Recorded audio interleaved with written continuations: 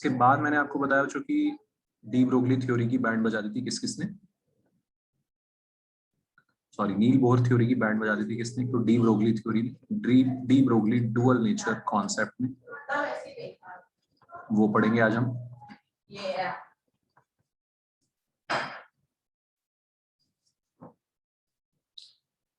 ये concept de Broglie ने जो दिया उसने ये दिया बच्चों कि पार्टिकल नेचर और वेव नेचर साइमल्टेनियसली एग्जिस्ट करते हैं।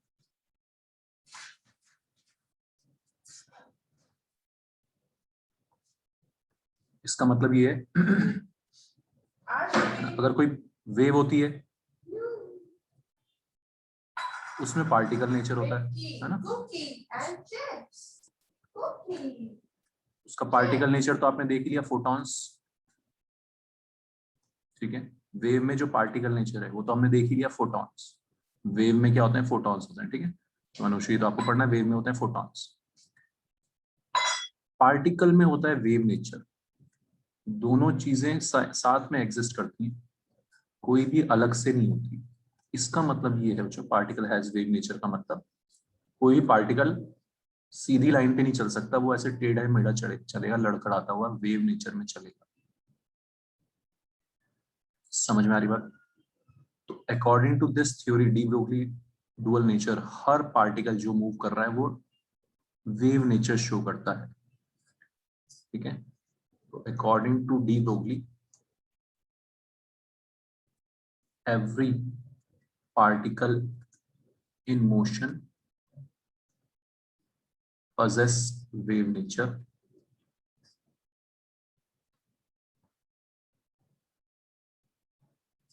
and every wave possess particle nature।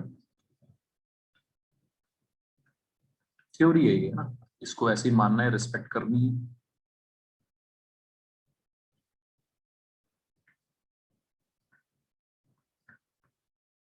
ठीक है आर्यन, सुना रही बात? और इन दोनों चीजों को जो इक्वेशन, एक फॉर्मूला इसने दिया है हमें, जो दोनों को जो चीज जोड़ती है, that is this formula lambda is equal to h by p. मतलब कोई भी पार्टिकल इन नेचर होगा with this momentum, momentum p is momentum, lambda is equal to h by m v, momentum समझते हो आप लोग सब, ठीक है। ये फॉर्मूला है। तो अगर इतने मोमेंटम से कोई चीज है, इतना मोमेंटम है किसी पार्टिकल के पास, उससे एसोसिएटेड डी ब्रोगली वेवलेंथ इस फॉर्मूले से आएगी। एच वही है बच्चों अपना प्लैंक्स कांस्टेंट, ठीक है, एच वही है अपना Planck's constant. Alright,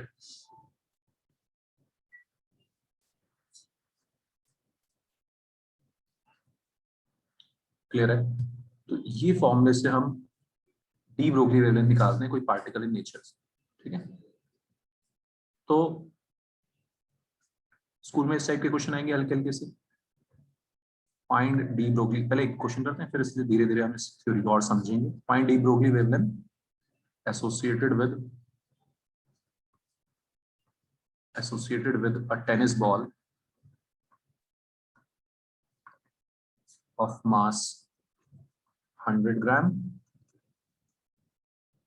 moving with a speed of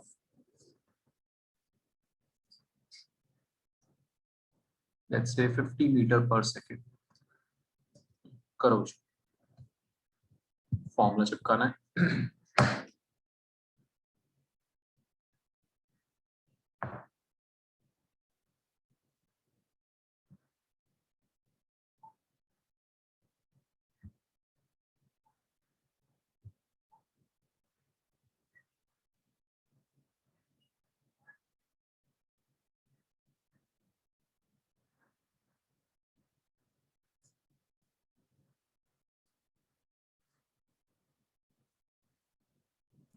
grams को केजी में कन्वर्ट करना है। यस, देखो बच्चों है ना, अच्छा एसआई यूनिट्स में रखेंगे हम तो आराम से आंसर किस में आएगा, मीटर में, है ना। वरना हमें नहीं पता फिर किस में आएगा, ठीक है। तो आपको ये चीज ध्यान रखनी है, हमें सारी चीजें अगर एक यूनिट में रखेंगे एसआई में तो ऑब्वियसली आंसर वेवलेंथ का मीटर्स में आएगा, है ना।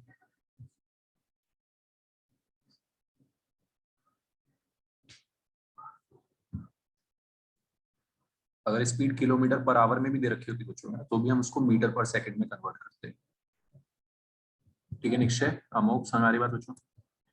मीटर पर हाँ सेकंड, सर। हाँ ऐसा यूनिट में रखना है।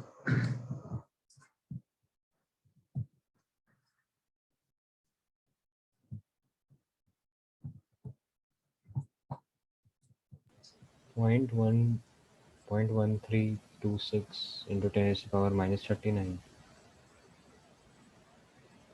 एक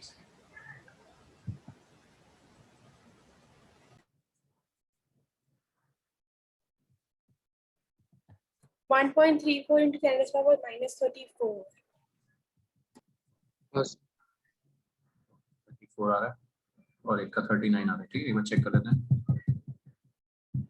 चेक कर लो जो कैलकुलेशन आप लोग की अपनी अपनी।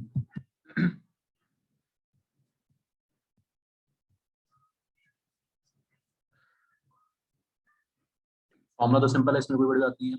तो हर एक दोनों थ्योरीज में जो एक एक फॉर्मूला रहेगा बस ना, इस पे बहुत सारे क्वेश्चन स्कूल में आएंगे इस टाइप के, हल्के हल्के से, बिल्कुल बहुत आसान आसान से। ठीक है, तो de Broglie wavelength associated will be equal to h by mv। h का वैल्यू वही है अपना 6.63 इंटू 10⁻⁻34 SI यूनिट्स में।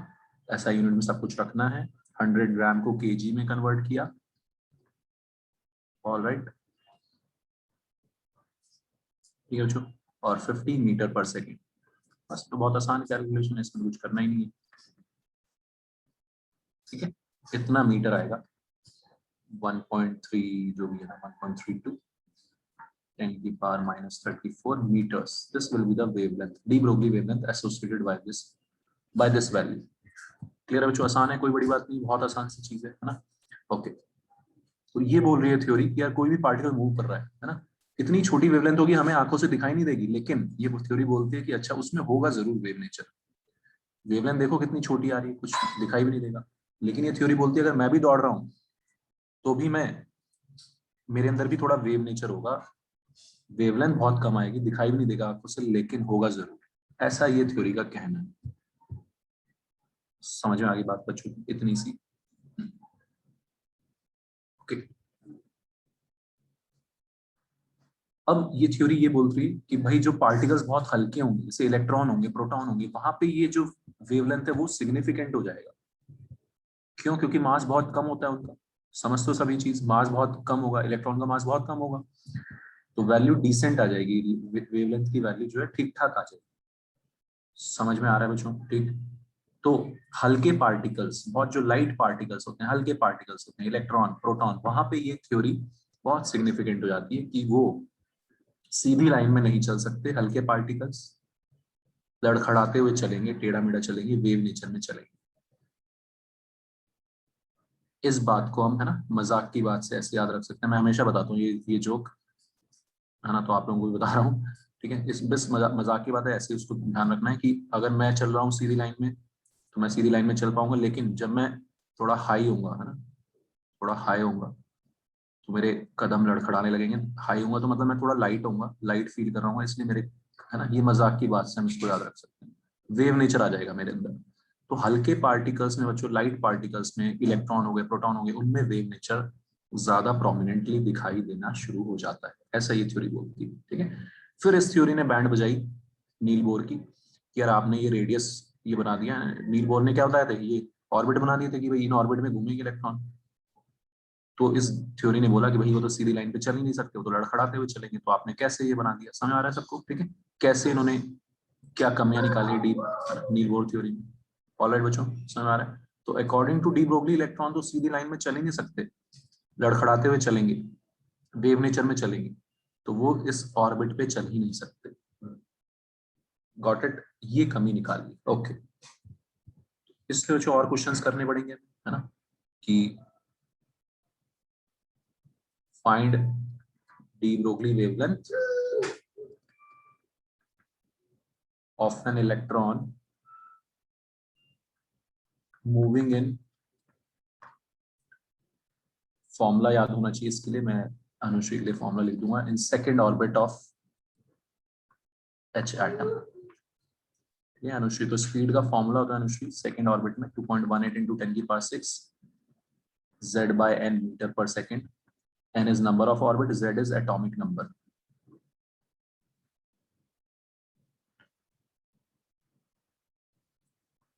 और इस वीक में बीच में भी है ना, वीक के बीच में अनुश्री आपका बैकअप हो जाएगा, ये सब चीज थोड़ा सा आपको बता देंगे, ठीक है।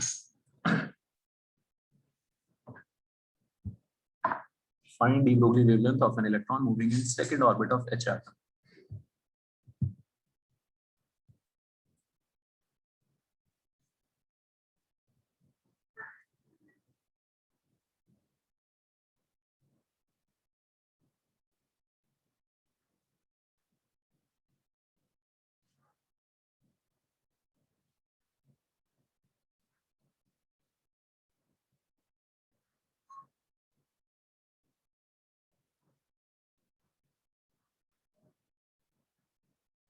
So what's the mass?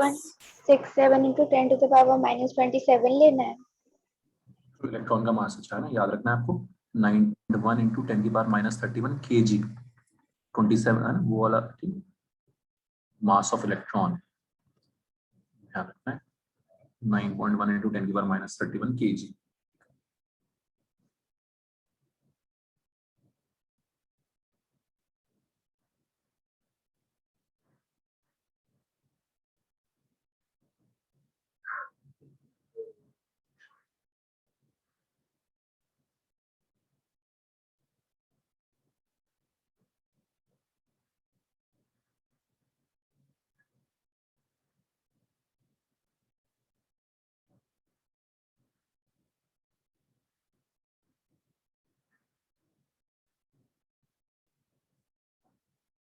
$55.35 into 10 to the power minus 9.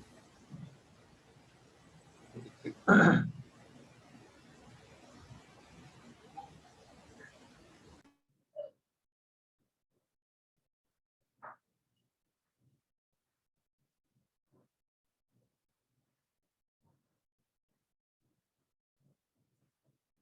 है अनुश्री, आपको ऐड कर दिया और आपको लास्ट क्लास के है ना सारे लेक्चर नोट्स और वीडियो लेक्चर, ठीक है ओके सर। ना, शीट वगैरह भेज दी आपको। हाँ जी, तो जो कहानी सुना रही है ना सबको सीधे सीधे फॉर्मूला चिपकाते जाना है, h/mv है ना, वहां से आ जाएगी स्पीड वाले फॉर्मूले से यार, है ना। तो lambda is equal to h/mv। अब थोड़ा सा ठीक ठाक सिग्निफिकेंट दिखेगी, फिर भी वेवलेंथ बहुत छोटी नहीं दिखेगी, क्योंकि मास ऑफ इलेक्ट्रॉन आप देख रहे हो कितना हल्का है। तो ये थ्योरी बोलते हो कि ये इतने हल्के पार्टिकल सीधी लाइन पे नहीं चल सकते। Z/n, Z atomic number hydrogen के लिए 1, ठीक है अनुश्री, ऐसे फॉर्मूला चिपकाना है ये। nth ऑर्बिट यानी कि सेकंड ऑर्बिट, ठीक है, सबको समझ आ रही बात? ओके, तो ये सब कैलकुलेशंस जो भी होंगी है ना, गंदी सी कैलकुलेशंस, उससे आ जाएगा डी ब्रोगली वेवलेंथ, है ना। इसका मैं दूसरा तरीका ही बताऊंगा क्योंकि आज आपको है ना इसका दूसरा मेथड भी आएगा शॉर्टकट निकालने का। समझ आ रहा है बच्चों सबको ये? ठीक, यहाँ तक क्लियर है? ये फॉर्मूला कैसे चिपकाना है, तो obviously de Broglie wavelength is inversely proportional to mass, है ना। तो हमने है ना ऐसे छोटे छोटे क्वेश्चन भी रहते हैं कॉम्पिटिटिव एग्जाम्स में कि भाई एक इलेक्ट्रॉन है एक प्रोटॉन है, किसकी डी ब्रोगली वेवलेंथ ज्यादा होगी, है ना, if they are moving with same speed, ठीक है, out of electron and proton moving with same speed, 0.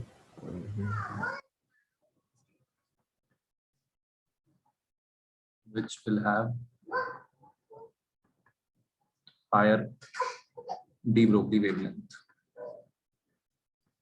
ठीक है, बहुत इजी, कोई दिक्कत नहीं है। Lambda is equal to h/mv, speed same है तो मास के इनवर्सली प्रोपोर्शनल, मास इलेक्ट्रॉन का कम होता है तो उसकी वेवलेंथ क्या हो जाएगी, ज्यादा हो जाएगी, नो डाउट। समझ में आ गया सबको? ओके, दूसरा और कैसे इस फॉर्मूला के साथ खेल सकते हैं, h/mv मोमेंटम की जगह बच्चों हम √2 मास काइनेटिक एनर्जी भी रख सकते हैं। क्या रख सकते हैं? √2 मास काइनेटिक एनर्जी। ये सब आप 9-10 में भी ऐसे यूज कर ले। तो ये काइनेटिक एनर्जी क्या होता है? ½ mv², ठीक है तारिशा, तो यहाँ से तारिशा आ जाएगा 2 काइनेटिक एनर्जी बाय m का रूट, ये आ जाएगी स्पीड, स्पीड हो जाएगी twice of kinetic energy upon m का रूट। ऑलराइट, ये छोटा सा डेरिवेशन। मोमेंटम हो जाएगा mv equal to under root of 2 kinetic energy by mass, ये स्पीड है, इनटू m, m आएगा रूट के अंदर तो under root 2 kinetic energy into mass आ जाएगा। बताओ जो कोई दिक्कत इसमें डेरिवेशन में? mv की जगह हम ये रख सकते हैं under root twice of kinetic energy और मास का मल्टीप्लिकेशन।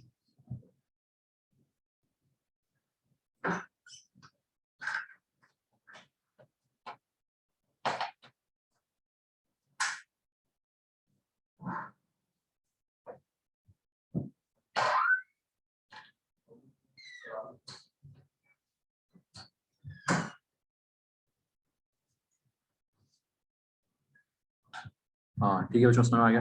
ठीक है, ये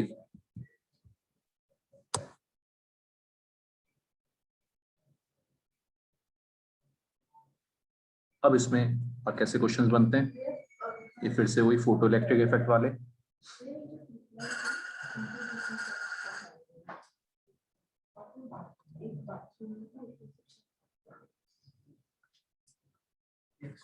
बोले तो नहीं सब लोग? Photo electric effect, metal surface having work function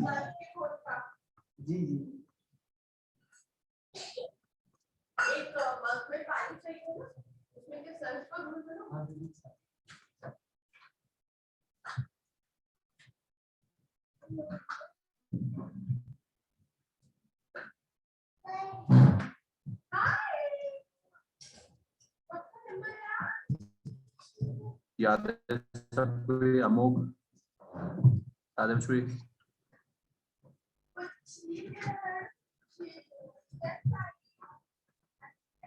आचमन याद है? ये find D Broglie wavelength associated with emitted photo electron.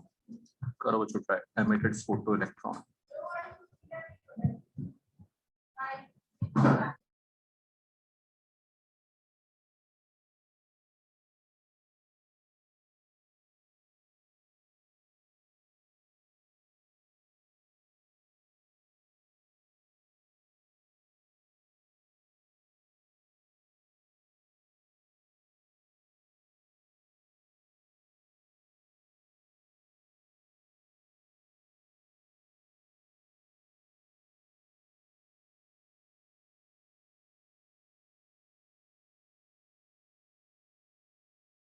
Sir work function क्या है?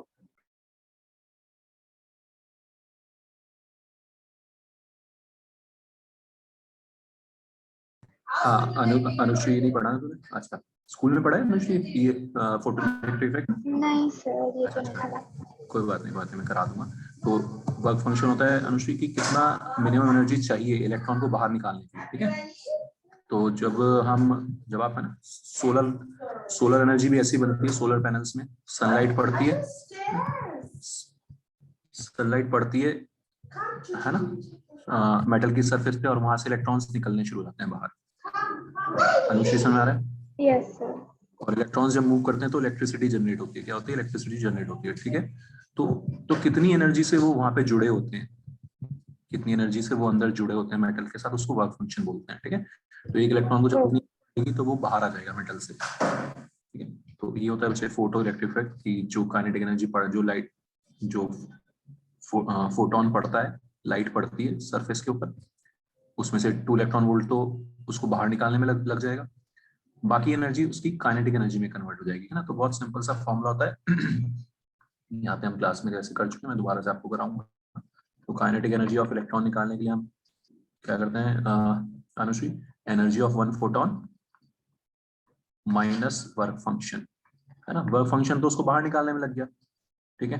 जितनी फोटोन की एनर्जी थी उतनी पड़ी इलेक्ट्रॉन के ऊपर, 2 इलेक्ट्रॉन वोल्ट उसको बाहर निकालने में लग गया, जो भी एक्स्ट्रा एनर्जी थी वो काइनेटिक एनर्जी में कन्वर्ट हो जाती है। बता समझ में आई ये चीज? So what's the answer? ठीक है, एक सेकंड मैं ये बता ही देता हूँ। तो आप लोगों को तो पता है बच्चों, ये फॉर्मूला चिपकाना है एनर्जी ऑफ फोटोन निकालने के लिए, माइनस फाई करना है ना तारिशा? मास याद है? का रूट का क्या करेंगे? जो एंड में मास का रूट है, बहुत गंदी कैलकुलेशन होगी इसमें। हाँ मैं वही हाँ सर, कोई नहीं लिए। कोई बात नहीं, कोई बात नहीं, अभी तक वो तो दिखाते रही हैं है कैसे लेकिन वो करना है। मास का रूट निकालना नहीं आ रहा। अभी एक सेकंड। तो जो ये आ गया काइनेटिक एनर्जी, ठीक है अनुश्री, ये तो आ गया तेरा kinetic energy of photo electron. तो हमें काइनेटिक एनर्जी निकालना है। उसके बाद अब गंदी calculation start two mass kinetic energy.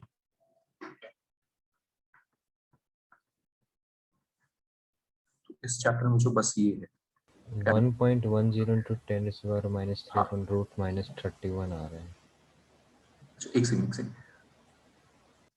इसमें आ रहा है ना, एक चीज और करनी है, काइनेटिक एनर्जी को हमें जूल्स में भी कन्वर्ट करना होगा। सब कुछ एसआई में रखेगा तब भी आंसर सही आएगा। समझ में आ रही बात? इलेक्ट्रॉन वोल्ट में नहीं छोड़ेंगे, पहली बात। ये जो अब ये गंदी कैलकुलेशन आपको करनी है, ये गंदी कैलकुलेशन कैसे करते हैं, आचमन अमोक समझ आ रहा है बच्चों? ठीक है आरन। तो यस सर। कैलकुलेशन हम कैसे करेंगे, 10 की पावर -31, 10 की पावर -19 है ना, 10 की पावर -50 हो जाएगा और उसका स्क्वायर रूट हो जाएगा 10 की पावर -25। ये लो खत्म हो गई सारी पावर। बताओ समझ में आया बच्चों? हाँ सर। ठीक है बच्चों, इस तरह से करते हैं यहाँ पे कैलकुलेशंस। ठीक है तारिशा? ठीक है, टफ रहेंगी calculations definitely, but formula simple है। फॉर्मूला सिंपल लगाना है हमने, lambda is equal to h upon √2 mass kinetic energy. Sir यहीं पे छोड़ना है कि आगे भी करना? ये जितना कर सकते हो उतना कर देना, है ना? इसके बाद तो बस 4 और 9 को ले लेंगे ना, हाँ, 4 का रूट तो 2 हो ही जाएगा, 9 ले लेंगे। 9 इंटू 1.6 है ना, 14 15 आ जाएगा, 15 का रूट ये भी कुछ लगभग 4 मान लो। इस तरह से ना थोड़ा सा अप्रोक्सीमेशन करके आंसर आप निकाल सकते हो बच्चों, ठीक है? Yes sir. तो इस टाइप के क्वेश्चंस मिल सकते हैं आपको कॉम्पिटिटिव एग्जाम्स में, ठीक है? स्कूल में जनरली h/mv सीधे मास और स्पीड दे देंगे, है ना, या फिर आपको काइनेटिक एनर्जी भी दे सकते हैं, under root twice of mass kinetic energy, इस तरह से फॉर्मूला लगाना है।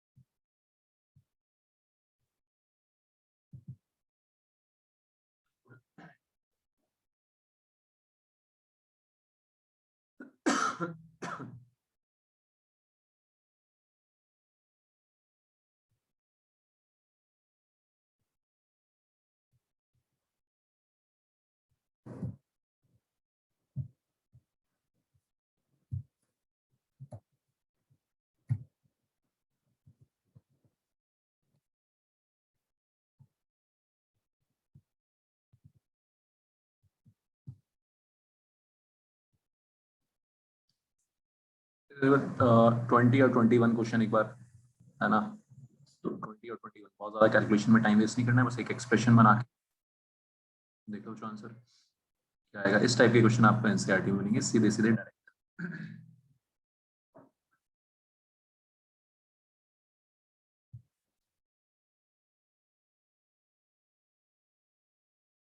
20 और 21 करने हैं। हाँ एक बार ट्राई कर लो, 20 और 21।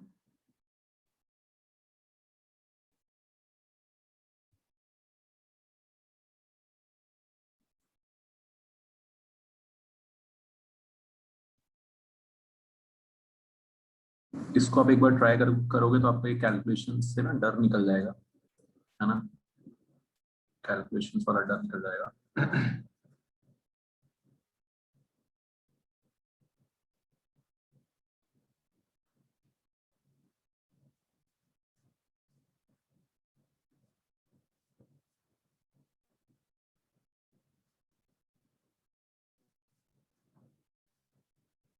सर अभी कैलकुलेट भी करना है, केवल इक्वेशन लिखनी है। हाँ एक्सप्रेशन बना के छोड़ दो, कोई दिक्कत नहीं है ना, बट अभी देख लो कि एग्जाम में आपको करना होगा तो कैसे करोगे।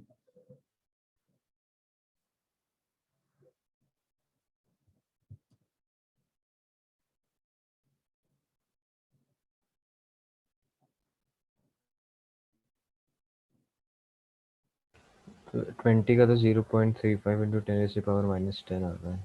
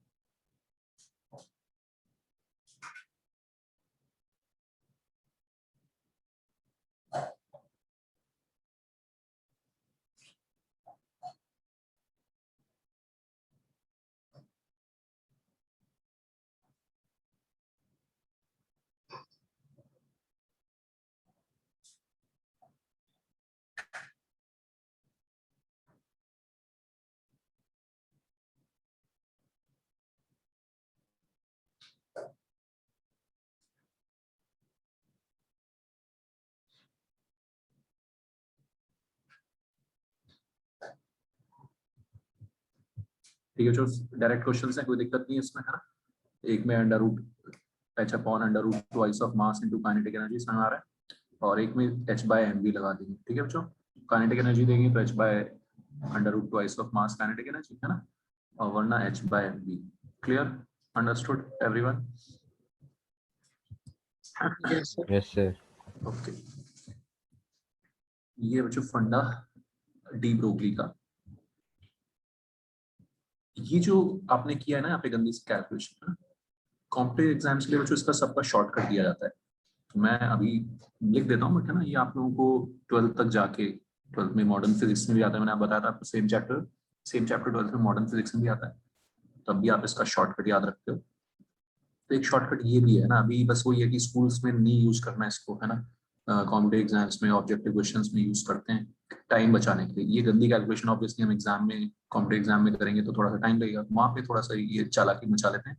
रूट एक्स एंगस्ट्रॉम, ये आता है where x is kinetic energy in electron volt. ठीक है, मतलब क्या हुआ इस चीज का, सारी चीजें रख दी, मास ऑफ काइनेटिक एनर्जी रख दिया, एच की वैल्यू रख दी, सब रख के ये फॉर्मूला आ जाता है। समझ आ रहा है? जैसे मैंने आपको बताया ना 1240 अपॉन लैम्डा, ऐसा ही ये एक फॉर्मूला बच्चों। ये बताओ, हाँ आसान है। अगर इलेक्ट्रॉन वही है ना, सारी इलेक्ट्रॉन की मास वास रख के। बस सब कुछ रख दिया, सब कुछ अब कुछ करना ही नहीं। अगर ये फॉर्मूला याद है तो सीधे मैं क्या करूंगा, 12.25 अपॉन, है ना, वो कितनी आई थी काइनेटिक एनर्जी, 2 इलेक्ट्रॉन वोल्ट। ये तारीफ से समझ में आ रहा है Anushree? Yes, sir. Yes, sir. इतना एंगस्ट्रॉम। ठीक है, ये सब चालाकियां हम कॉम्पिटेटिव एग्जाम के लिए करनी पड़ती है ताकि हमारा टाइम बच जाए, है ना। बट वो स्कूल में नहीं करना, स्कूल में करना है तो स्मार्टली करना है। स्मार्टली मतलब ये एक्सप्रेशन लिखो, है ना, ये एक्सप्रेशन यहाँ तक लिखो और फिर सीधे आंसर में ये डाल दो, खत्म बात, है ना। इसको बोलते हैं आंखों में धूल झोंकना, है ना। तो इस तरह से स्मार्टली भी किया, समझ आ रही बात बच्चों? कोई दिक्कत? तो ये फॉर्मूला अभी आपको बस कभी कभी यूज करना है, ऐसे फॉर्मूलाज आपको धीरे धीरे मिलते रहेंगे। Clear everyone? तारिशा को तो ये सब की जरूरत नहीं है, उनके यहाँ तो है ना आईसीएससी में मस्त कैलकुलेटर से करनी कैलकुलेशंस, कोई लोड ही नहीं है।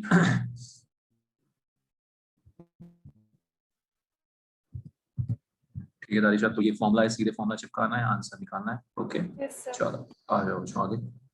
इस थ्योरी का बहुत इंपॉर्टेंट एप्लीकेशन है, application of de Broglie in Bohr's model.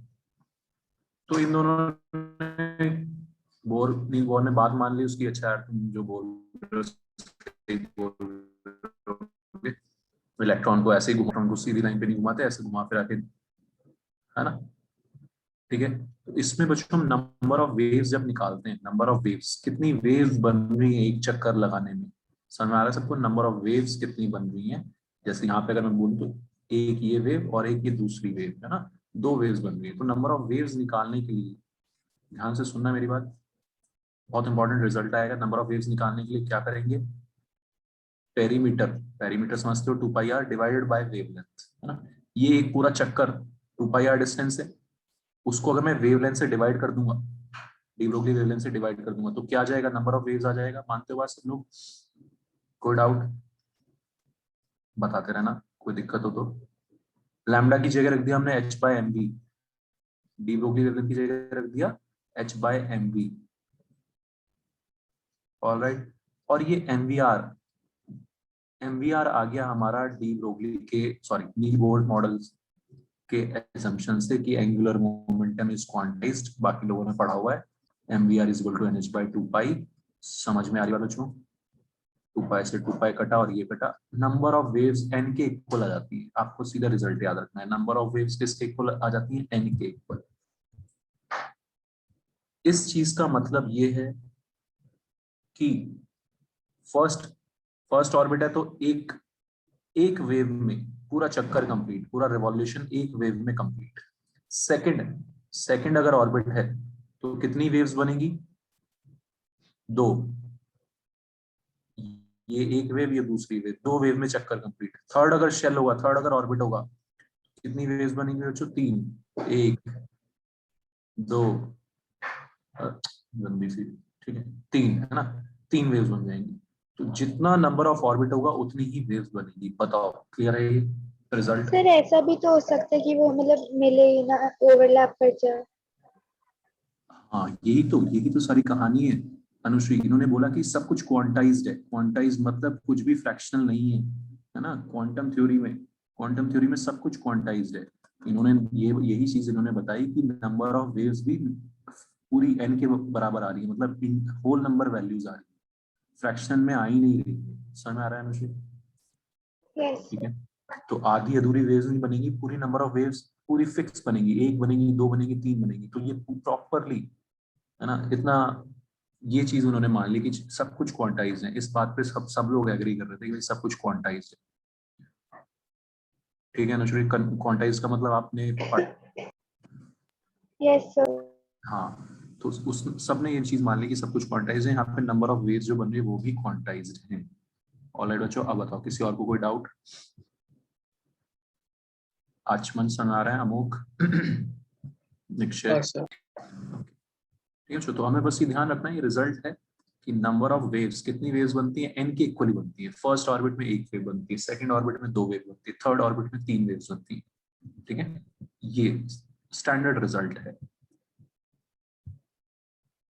Okay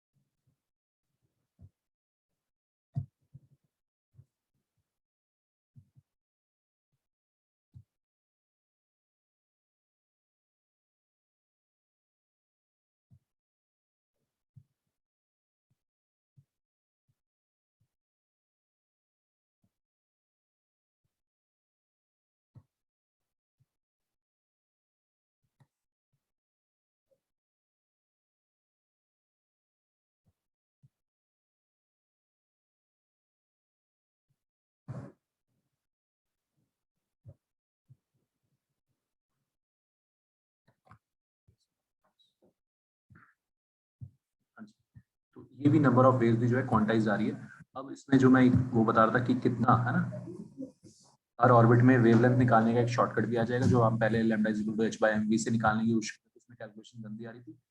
shortcut ये है छोटा सा बच्चों की, फर्स्ट ऑर्बिट में कितनी वेव्स बनेंगी, 1। ठीक है, तो जो पूरा का पूरा चक्कर होगा 2 पाई r, वो किसके इक्वल होगा, 1 लैम्डा के। बताओ जो समझ आ रहा है, पूरा चक्कर will be equal to 1 lambda. पूरा जो रिवॉल्यूशन होगा वो एक वेव में कंप्लीट करना है, तो 2 pi r is equal to 1 lambda. तो जी जो डी ब्रोगली वेवलेंथ होगी वो 2 पाई r के इक्वल होगी। समझ में आ रही सबको बात? और रेडियस का आपके पास फॉर्मूला है 0.529 n square by z angstrom. Second orbit में बच्चों 2 pi r is equal to कितना लैम्डा, 2 लैम्डा, 2 वेव्स बनेंगी। थर्ड ऑर्बिट में कितनी वेव्स बनेंगी, 3 वेव्स बनेंगी। लेकिन रेडियस कौन सा हो जाएगा यहाँ पे, सेकेंड ऑर्बिट का। वहां पे रेडियस कौन सा हो जाएगा, थर्ड ऑर्बिट का। बताओ आरएन क्लियर है ये? Yes sir. तारिशा समझ आ रहा है, एनी डाउट बच्चों? छोटे से छोटा डाउट भी आपको No, sir. है ना, तो 2 pi R radius of second orbit is equal to 2 lambda, यहाँ से आ जाएगा wavelength of in second orbit. ठीक है अनुश्री? Yes, sir.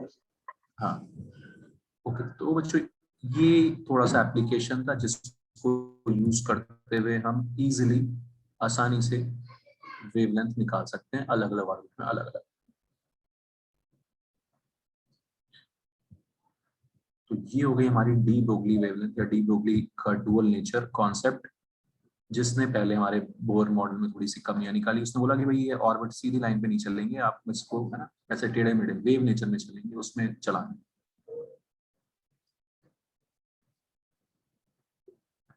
दूसरा था हाइजेनबर्ग अनसर्टेनिटी प्रिंसिपल। ये बच्चों बहुत स्कूल में डायरेक्टली आएंगे आपको, है ना, स्टेटमेंट भी लिखने के लिए आएगा इनका, और इन पे ऐसे ऐसे छोटे छोटे क्वेश्चंस भी आएंगे ना कि भाई डे ब्रोगली वेवलेंथ निकाल दो, या फिर ये जो आएगा हाइजेनबर्ग अनसर्टेनिटी प्रिंसिपल। ये क्या बोलता है, ये हाइजेनबर्ग अनसर्टेनिटी प्रिंसिपल ये बात बोलता है बच्चों कि इतने जो छोटे छोटे पार्टिकल्स हैं जैसे इलेक्ट्रॉन, वो इतनी छोटी जगह में है, एटम के अंदर है, इतनी ज्यादा स्पीड पे घूम रहा है, और आप भैया उसका स्पीड और है ना रेडियस, उसका ऑर्बिट का रेडियस निकालने की बातें कर रहे हो। हाइजेनबर्ग बोलता है कि हम किसी की इन छोटे छोटे पार्टिकल्स का, माइक्रोस्कोपिक पार्टिकल्स का एग्जैक्टली लोकेट ही नहीं कर सकते, एग्जैक्टली पोजीशन या स्पीड लोकेट नहीं कर सकते, उसमें कुछ ना कुछ एरर रह जाएगा, अनसर्टेनिटी रह जाएगी। हमारे पास ऐसा कोई अपरेटस ही नहीं है, हमारे पास ऐसा कोई हथियार ही नहीं है। आप खुद सोचो बच्चों, अगर मैं इलेक्ट्रॉन को देखना होगा मुझे एटम में, तो मुझे एक तगड़ा माइक्रोस्कोप लगाना पड़ेगा। अब वो जब मैं माइक्रोस्कोप लगाऊंगा तो उस माइक्रोस्कोप से क्या मैं स्पीड मेजर कर सकता हूँ उसकी करेक्टली? नहीं कर सकता ना, इतना छोटा पार्टिकल है, इतनी तेजी से वहां पे मूव कर रहा है। ठीक है, तो जो जितने माइक्रोस्कोप में जो एरिया मेरा कवर होगा वो तो बहुत तेजी से वो निकाल देगा, तो हम उसकी स्पीड एग्जैक्टली मेजर नहीं कर सकते। तो हाइजेनबर्ग का अनसर्टेनिटी प्रिंसिपल ये बोलता है बच्चों कि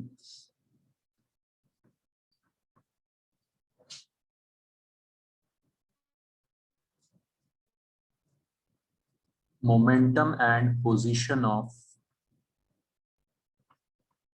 microscopic particles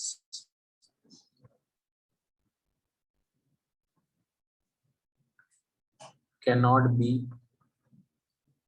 determined simultaneously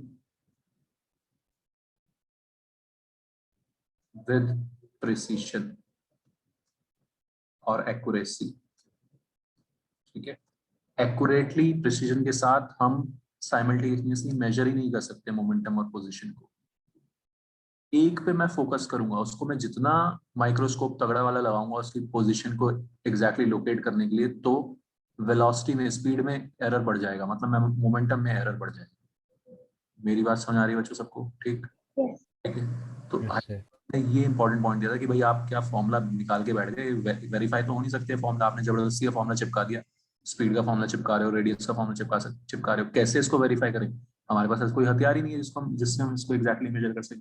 समझ में आ रही है बात बच्चों? ठीक है, इसको बोलते हैं अनसर्टेनिटी प्रिंसिपल। अनसर्टेन है मोमेंटम और पोजिशन इज अनसर्टेन, हम प्रिसीजन के साथ नहीं बोल सकते। तो ये भयंकर भयंकर थ्योरीज है हमारी सेकंड चैप्टर में। तो ये थ्योरी बोलती है delta x into delta T momentum, delta x और डेल्टा पी होते हैं एरर, एरर इन लोकेशन, है ना, लोकेशन मेजर करते हुए एरर।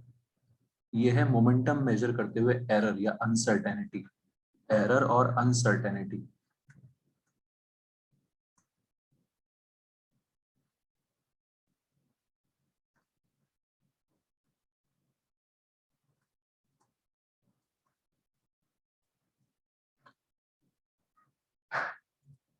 हमारा डेल्टा एक्स और डेल्टा पी का मतलब, ये थोड़ी खतरनाक सी चीजें, ध्यान रखना है इसको।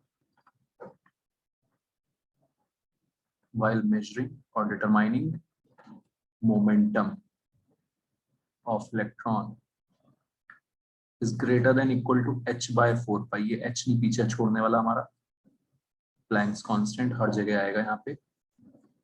इतना मिनिमम एरर तो रहेगा ही रहेगा कि इन दोनों का प्रोडक्ट h/4 से ज्यादा हो, ग्रेटर देन इक्वल टू हो।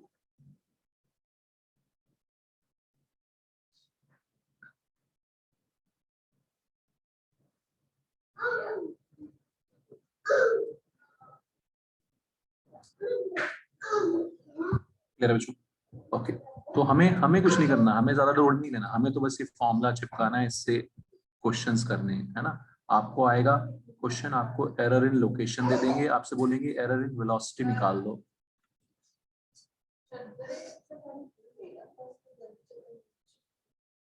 बात समझ आ रही है बच्चों? मोमेंटम में एरर कहाँ पे होता है? मास ऑफ इलेक्ट्रॉन, तो मास जो पार्टिकल है वो तो हमें एग्जैक्टली पता है, तो एरर कहाँ पे होता है?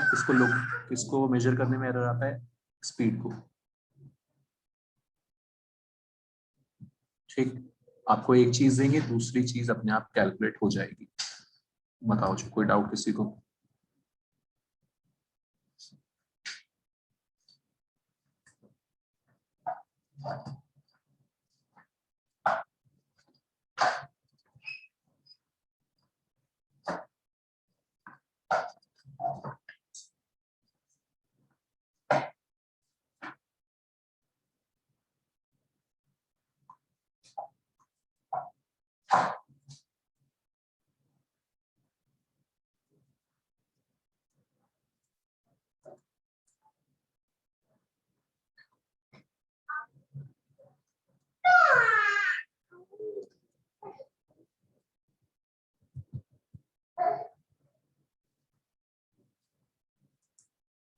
करो जो। हम इसे मीटर में लेंगे, आंगस्ट्रॉम में लेंगे। फिर से वही बात, SI है ना, ऑलवेज इन SI, ठीक है। H का यूनिट तेरे को SI में पता है, ठीक है।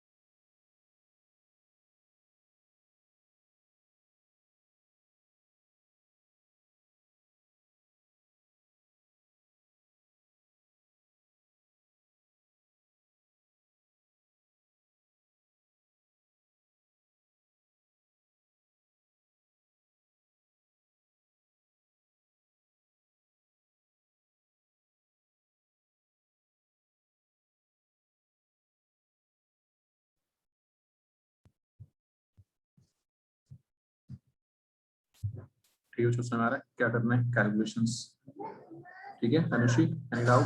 सीधे सीधे फॉर्मूला है बच्चों, है ना। मास ऑफ इलेक्ट्रॉन याद हो गया होगा आपको, 9.1 × 10⁻31 kg।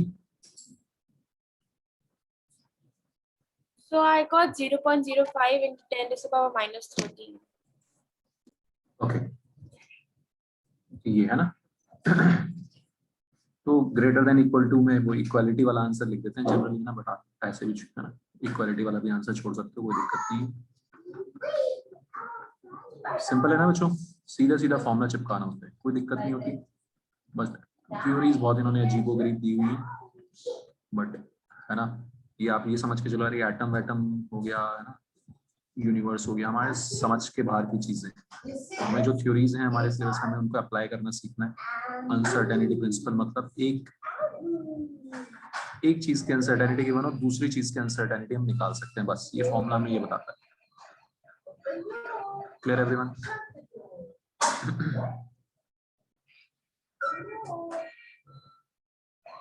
कितना लगेगा? 10 की पावर माइनस 41 ऊपर गया, कितना 7।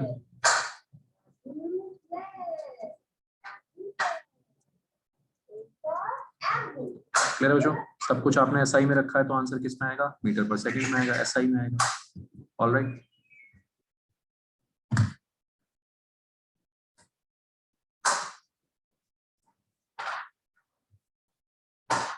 एरर निकालने का ये तरीका भी होता है कि जैसे आपको देखिए speed is equal to let's say given है 2 into 10 की power 6 metre per second plus minus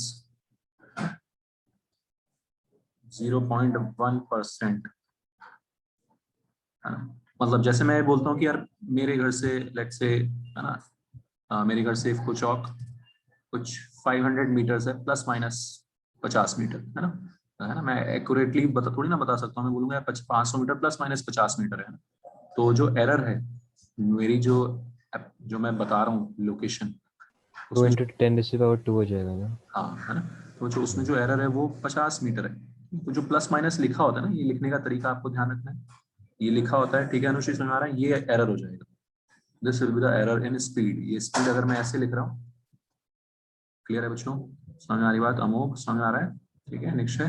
बस हाँ, तो इसका मतलब हो जाएगा यार uncertainty in speed will be 0.1% of this value 2 into 10 की पावर 6। ऑलराइट, तो ये 2 into 10 की पावर 3 है, 2 नहीं, 3 आएगा ना? हाँ तो यार 0.1% है।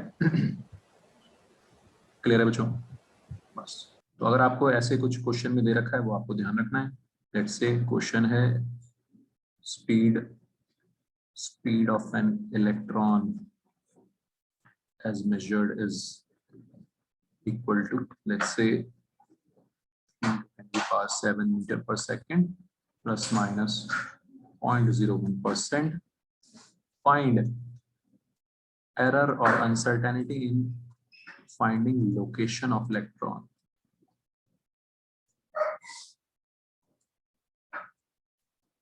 करो।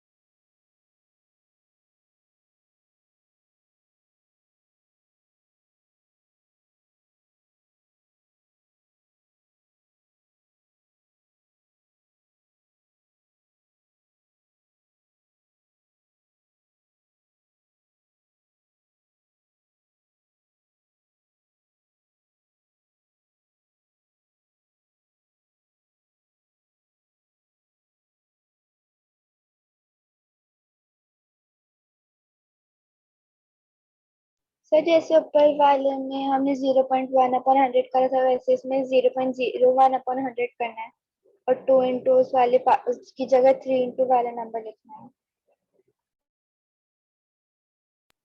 हाँ अनुश्री ना, तो हमें आपको वही निकालना है अनसर्टेनिटी। बता तेरे को सब मतलब समझ आ रहा है ना क्यों कर रहे हैं सब? हाँ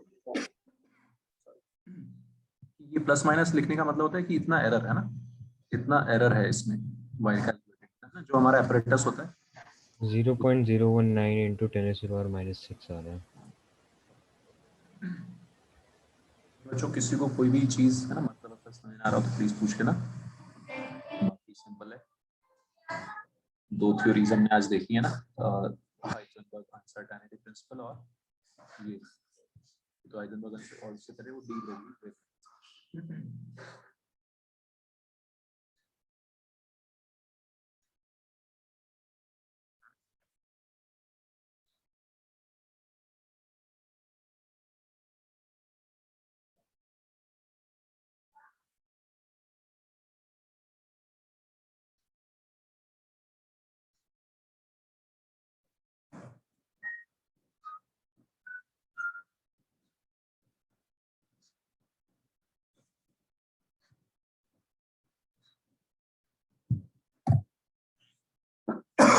सॉरी, तो ये है ना एरर है 0.01% ऑफ दिस वैल्यू, ठीक है।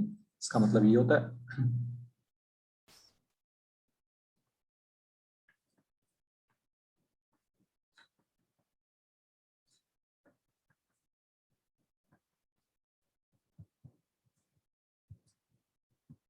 ठीक है बच्चों, और वही delta x into mass of electron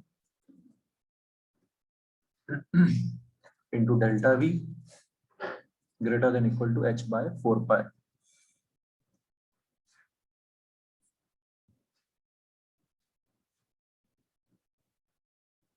यहाँ से डेल्टा एक्स हम निकाल देंगे।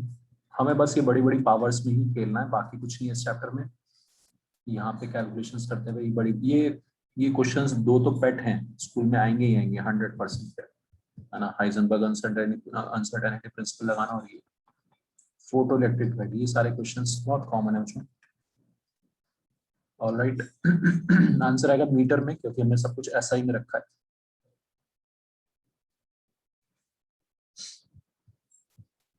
क्लियर, बात समझ आ गई सब? सर ये कितना है, 10⁻⁻6 के ऑर्डर का आ रहा है। -6। हाँ।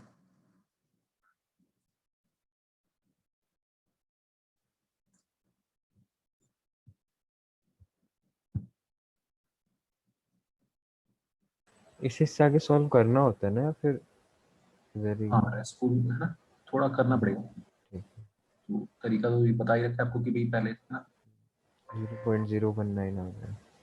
66.3 रख दो ताकि नीचे सब कुछ 9 3 या 27, अच्छा 663 कर दो, 10⁻⁻8 बढ़ा दो, नीचे 9 3 या 27, 27 4 जा 108, 108 इंटू पाई की वैल्यू 3.14, ये सब मिलके कुछ 0.019।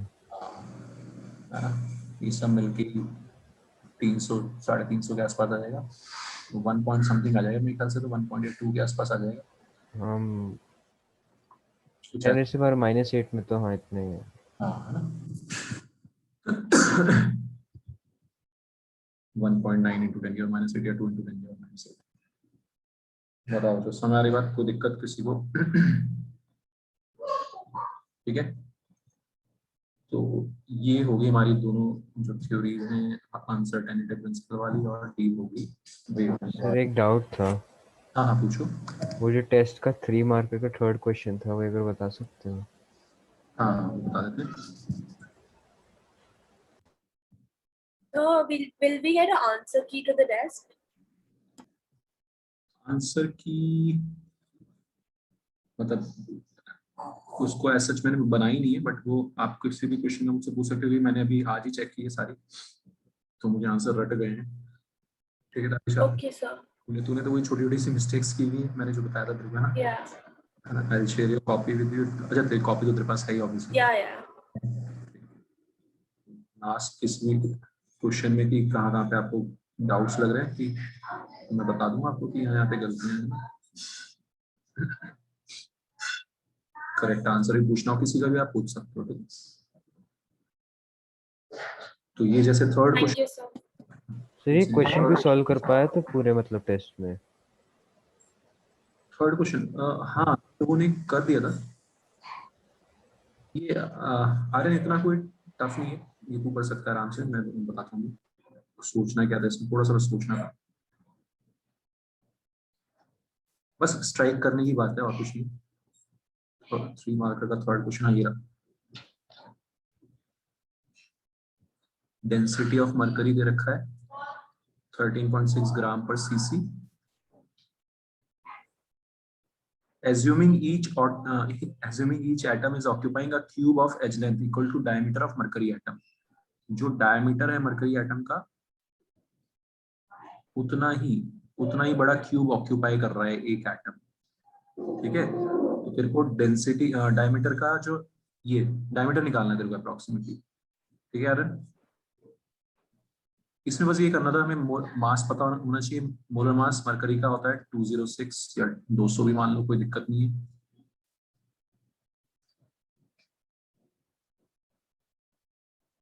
तो एक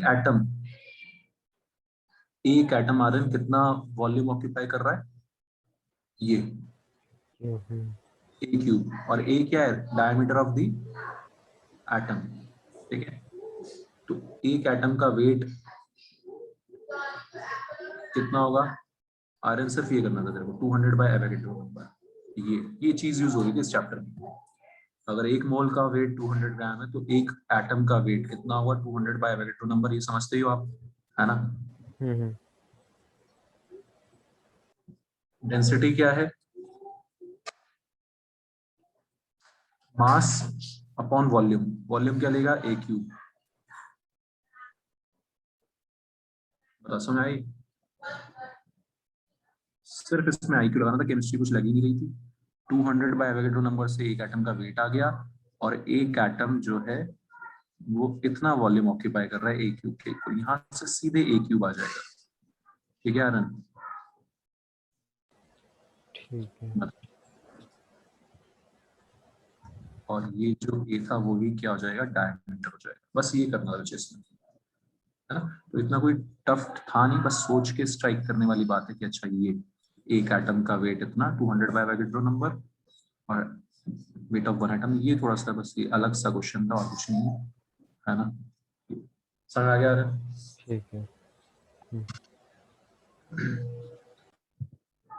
ओके ठीक है। जो तो मैं आज वो नई चीज नहीं शुरू कर रहा हूँ। अब इसके बाद हमारा जो है लास्ट जो सबसे इम्पोर्टेंट बचता है वो बचता है नेक्स्ट, है ना। असली चीज जो इस चैप्टर में सबसे ज्यादा इम्पोर्टेंट है वो अब हम पढ़ेंगे कल से, क्वांटम नंबर्स। क्वांटम नंबर्स के बाद आप ये सब नया इलेक्ट्रॉनिक कॉन्फ़िगरेशन सीखोगे, एसपीडीएफ सब शेल्स होते हैं वो सीखोगे। ये सब कल नई चीजें आप सीखने वाले हो, इसलिए आज आप एक बार इसके बस क्वेश्चंस की प्रैक्टिस 2-3 क्वेश्चन पे बस देख लेना। इसके डी ब्रोगली वेवलेंथ सबसे आसान चीज है, एक फॉर्मूला है डी ब्रोगली वेवलेंथ का, एक फॉर्मूला है और किसका, अनसर्टेनिटी प्रिंसिपल का। ये एक फॉर्मूला आपको याद करना है सिर्फ। अंडरस्टूड एवरीवन, ठीक है बच्चों, ठीक है। ये दो इनके ऊपर आप एनसीईआरटी से आकर कोई भी अपनी जो भी टेक्स्ट बुक है वहां से एक क्वेश्चन जरूर ट्राई कर लो, है ना। आईसीएससी की बुक्स में भी होंगे सारे चार्ट, ठीक है, और एनसीईआरटी में भी है। कोई भी एक क्वेश्चन आप ट्राई कर लो बस, ठीक है, ताकि इस पे कॉन्फिडेंस आ जाए। कुछ मैंने कोई क्लास में करा दी, ऑलराइट, चलो ठीक है बच्चों, ठीक है। कल हम इसको आगे पढ़ते हैं क्वांटम नंबर्स को। Okay bye. Thank you sir. Hi, sir.